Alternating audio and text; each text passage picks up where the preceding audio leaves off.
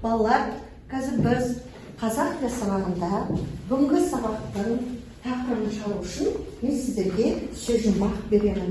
Сол сөз жұмбақты шешу арқылы біз сабақта қандай тақырып өтеміз және не орындаймыз, кімдер туралы білетін боламыз, сол туралы сіздер шешесіздер.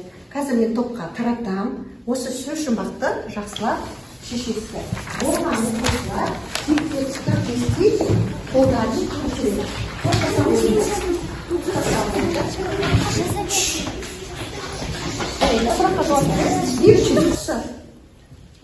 Бейбітшілік құсы көгершін.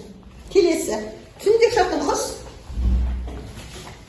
Түнде жатқан құс үкір.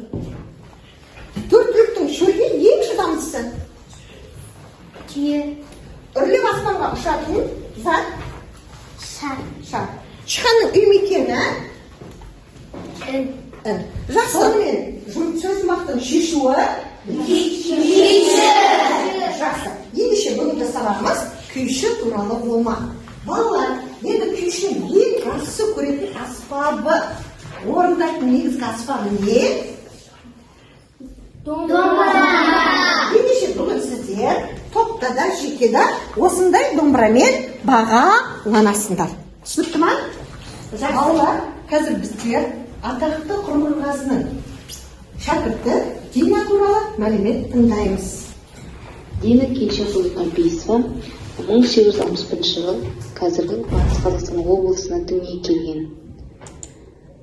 1955 жылы 31 қаңтарда Алматы қаласында дүниеден өткен. Ол қазақтың әйгілі күйші композиторы, Қазақстанның халық әртісі. Ол кішкентай кезден бастап Дәулеткерей, Мүсірәлі, Түркеш және тағы да басқа күйшілердің күйлерін ақшына келтіріп тартады. Ерінбеген етікші болады деген мақал бар.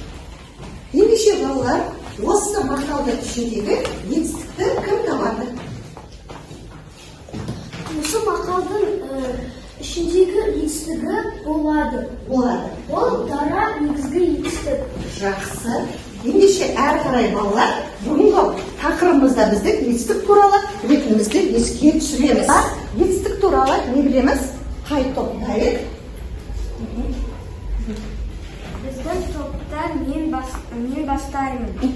Етістік заттың қимылын, іс-әрекетін білдіреді. Оған не істеді, не қылды, қайтты сұрақтары қойылады. Мысалы, киді, жүрді, ойнады, ойлады. Келесі топ. Әрі қарай мен жалғастырамын. Етістік екіге бөлінеді. Дара және күрделі. Дара етістік бір сөзден тұрады. Ал күрделі етістік екі немесе одан да көп сөзден тұрады. Әрі қарай мен жалғастырамын. Етістікке негізі және туынды болып бөлінеді.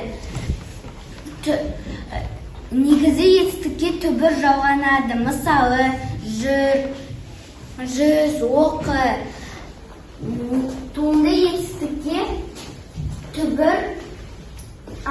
түбірге жұрнақ жалғанады. Мысалы, ойланды. Тағы шешуші тапсырма береме. Осы тапсырманы шешу арқылы сіздер мақал шығарасыздар. Және сол мақалдағы етістікті тауып, қай сөзбен байланысып тұрғанын айтасыңдар.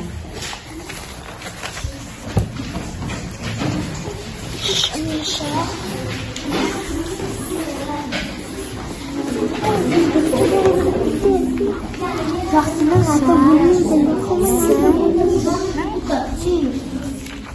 Бірге тапсырма болғандықтан қандай мақал шықты? Жақсының аты өлмейді. Жақсы. Қай топ айтады? Осы мақалдың ішіндегі етістікті кім табады? Тез. Қай топ табады? Ол мақалда өлмейді. Өлмейді етістігі. Жақсы. Қандай етістік?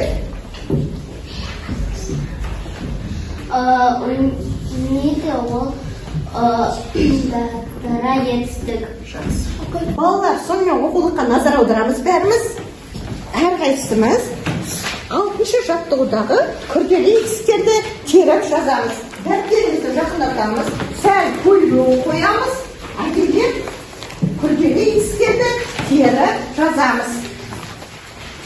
Осы жаттығудағы күрделі етістіктерді маған кім оқып береді? Інжу.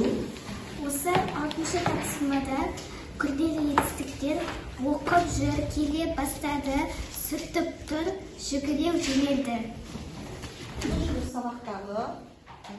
Сабақтағы алған әсерлерімді мына параққа маған жазып бересіздер. Содан кейін тақтаға жаздырамыз.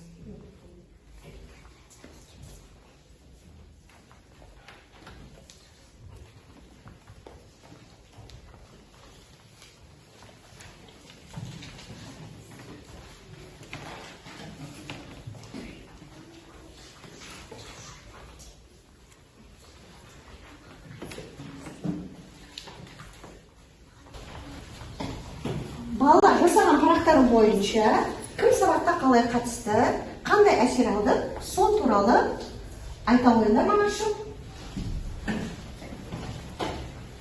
Маған сабақ қызықты. Мен сабақта көп нәрсені үйрендім. Мен басқаларды мұқият тыңдадым. Мен пікір сайыстарға жиі қатыстым. Жақсы, браво, келесі. Маған сабақ қызықты болды. Мен сабақтарға көп нәрсе үйрендім. Мен басқаларды мұқият тыңдадым. Мен пікір сайыстарына жиі қатыстым. Маған сабақ өте қызықты болды. Мен сабақта көп нәрсе үйрендім. Мен басқаларды мұқият тыңдадым. Мен пікір сайысқа жиі қатыстым. Жақсы, браво, келесі оқушы. Маған сабақ қызықты болды деп ойлаймын. Мен сабақта көп нәрсе үйрендім. Мен басқаларды мұқият тыңдадым. Мен пікір сайыстарға жиі қатыстым. Өте жақсы, Айзене. Маған сабақ қызықты болды. Мен сабақты үйрендім.